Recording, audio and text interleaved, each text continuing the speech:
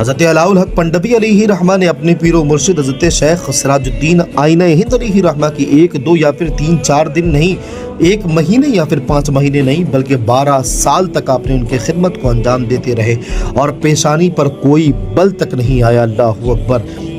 اسی پر تو علامہ اقبال نے کہا تھا کہ مٹا دے اپنی ہستی کو اگر کچھ مرتبہ چاہو، یہ دانہ خاک میں مل کر گلے گلزار ہوتا ہے، تمنا درد دل کی ہو تو خدمت کر فقیروں کی، تمنا درد دل کی ہو تو خدمت کر فقیروں کی، نہیں ملتا ہے یہ گوہر بادشاہوں کے خزینوں میں۔ حضرت علاؤل حق پنڈبی علیہ رحمہ نے اپنے پیر و مرشد کی اس قدر خدمت کی کہ ان کے بارے میں آتا ہے کہ ان کے سروں کے بال اڑ گئے اور ان کے سر پر کبھی بھی بال نہیں آئے۔ حضرت شیخ علاؤل حق پنڈبی علیہ رحمت و رضوان کا تعلق شاہی خاندان سے تھا۔ خاندان کے بہت سے افراد اعلیٰ عہدے پر فائز تھے، بلکہ خود حضرت شیخ علاؤل حق پنڈبی علیہ رحمت و رضوان وزیر اعظم اور عمید الملک تھے۔ اس کے باوجود بھی آپ اپنے وقت کے جلیل القدر عالم و فاضل و امام اہل سنت، شیخ معرفت، پیر طریقت، رہبر شریعت، اقناف ہندوستان میں آپ کی فضیلت کا شہرت بہت عام ہو چکا تھا۔ ایسی عظیم ہستی نے اپنے آپ کو آئینہ ہند حضرت شیخ سراج الدین عثمان چشتی علیہ رحمت و رضوان کی ایسی خدمت انجام دی کہ آج کے مریدین اور خلفاء کیا ایسی خدمت کر پائیں گے۔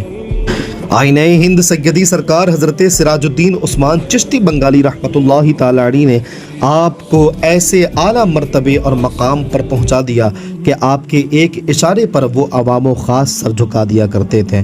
صاحب مرات الاسرار حضرت علامہ شیخ عبد الرحمن چشتی علیہ رحمہ وہ لکھتے ہیں کہ شیخ پیر و مرشد کی تربیت سے آپ بلند مقامات پر پہنچ گئے، اور جس قدر فیض و برکات شیخ یعنی پیر و مرشد کے سرکار محبوب الہی نظام الدین اولیاء علیہ رحمت و رضوان سے حاصل کیے تھے، وصال کے وقت وہ سب حضرت شیخ خواجہ علاؤل حق پنڈبی علیہ رحمت و رضوان کو آپ نے عطا کر دیے اور اپنا جانشین بھی بنا دیا، جیسا کہ حضرت سیدی سرکار محدث اعظم کچھوچوی علیہ رحمہ نے فرمایا کہ آپ کو اپنی خلافت سے ممتاز فرما کر تاج کو سر پر رکھ دیا اور سند تکمیل عطا فرما کر نظام عالم کی باغ ہاتھ میں دے دی اور اپنا جانشین بھی بنا دیا۔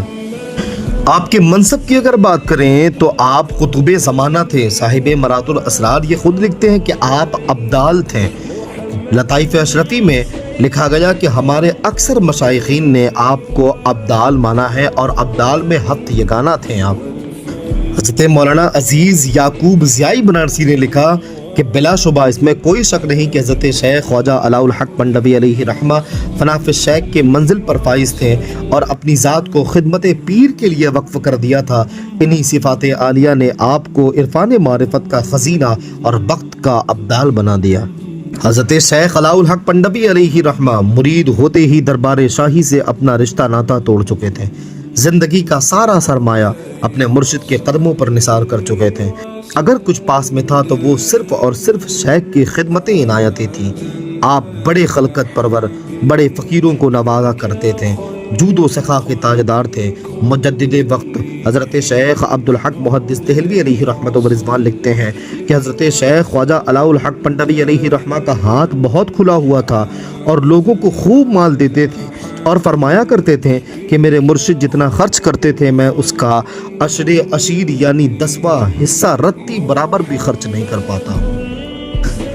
حضرت شیخ علاؤل حق پنڈبی علیہ رحمت و رضوان آپ صاحب کشف و کرامت بزرگ تھے۔ اللہ پاک نے آپ کی زبان مبارک میں حد درجہ تاثیر عطا فرمائی تھی، جس کے لیے آپ جو فرما دیتے تھے وہ ہو کر رہتا تھا۔ مجدد وقت حضرت شیخ عبد الحق محدث دہلوی رحمت اللہ تعالی علیہ فرماتے ہیں کہ مورخین نے با اتفاق اس کرامات کو بیان فرمایا ہے کہ ایک بار حضرت شیخ خواجہ علاؤل حق پنڈبی علیہ رحمہ کی خانقاہ میں چند قلندر آ پہنچے۔ ان کے پاس ایک بلی تھی جو وہاں آ کر گم ہو گئی۔ قلندروں نے حضرت سے کہا کہ آپ کی خانقاہ میں ہماری بلی گم ہو چکی ہے، اسے کہیں سے تلاش کر کے ہمیں دیں۔ آپ نے فرمایا کہ تمہیں تو شاخ آہو ہرن کی سینگ سے سزا ملے گی۔ ایک اور قلندر آگے بڑھا، اس نے بد زبانی شروع کر دی اور کہنے لگا کہ ہماری بلی تو دینی پڑے گی، ہم اپنی بلی کہاں سے لائیں؟ کیا ہم اپنے خوشیوں سے لائیں؟ آپ نے فرمایا کہ ہاں تمہیں تو تمہارے خوشیوں سے ہی ملے گا۔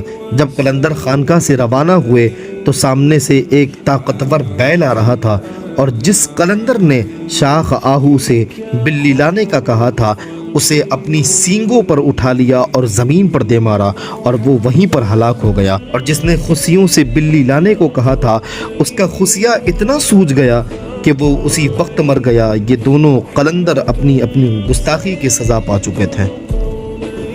المختصر آپ کے وصال مبارک کے بارے میں آتا ہے کہ 785 ہجری بمطابق 1384 ہجری میں آپ کا وصال مبارک ہوا۔